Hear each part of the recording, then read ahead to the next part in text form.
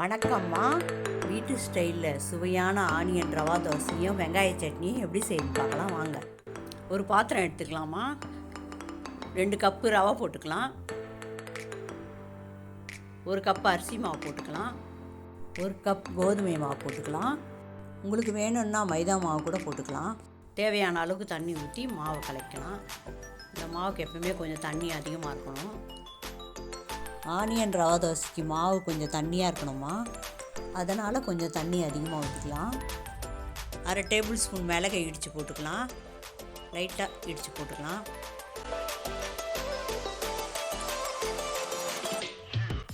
1/2 table spoon சீரகம் போட்டுக்கலாம். தேவையான அளவு உப்பு போட்டு மாவை கலந்துக்கலாம்.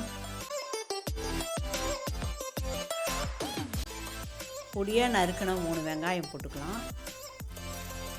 உங்களுக்கு தேவைன்னா பொடியாக நறுக்கின கருவேப்பிலை கூட கொஞ்சம் கலந்துக்கலாம்.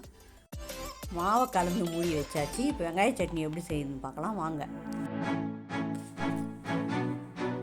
ஸ்டவ் ஆன் பண்ணியாச்சு. இப்போ கடாயை வச்சிடலாம். கடாயை வச்சாச்சு. கடாய் சூடாகிடுச்சு. 2 டேபிள் ஸ்பூன் எண்ணெய் ஊற்றிக்கலாம். 5 காஞ்ச மிளகாய் போட்டுக்கலாம். காஞ்ச மிளகாய் கொஞ்சம் சவந்த உடனே 4 வெங்காயம் நறுக்கி வச்சுருக்கேன், அதை போட்டுக்கலாம். 7 பல்லு பூண்டு உரித்து வச்சுருக்கேன், அதை போட்டுக்கலாம். பொடியாக நறுக்கி வச்சுருக்கேன் சின்ன துண்டு இஞ்சி போட்டுக்கலாம். இஞ்சி கொஞ்சமாக போடுங்க, அதிகமாக போட்டால் இந்த சட்னிக்கு இஞ்சி வாசனை வரும். நல்லா வதக்கி விட்டுக்கோங்க. வெங்காயம் வதங்கிறதுக்கு 1/4 ஸ்பூன் உப்பு போட்டுக்கலாம்.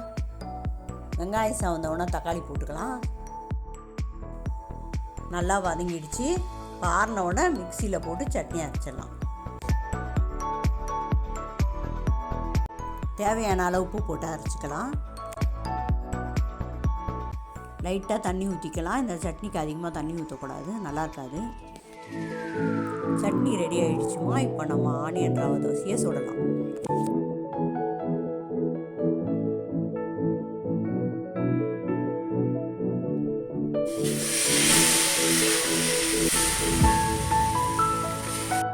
வெங்காயத்தை மாவோடு கலந்து தான் சுடணும்னு அவசியம் இல்லை. உங்களுக்கு வேணுன்னா மாவை ஊற்றிட்டு கூட மேலே வெங்காயத்தை தூவிக்கலாம்.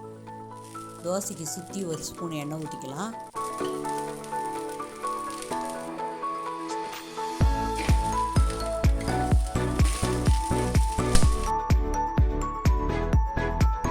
டேஸ்டியான ஆனியன் ரவா தோசை, சுவையான வெங்காய சட்னி ரெடி.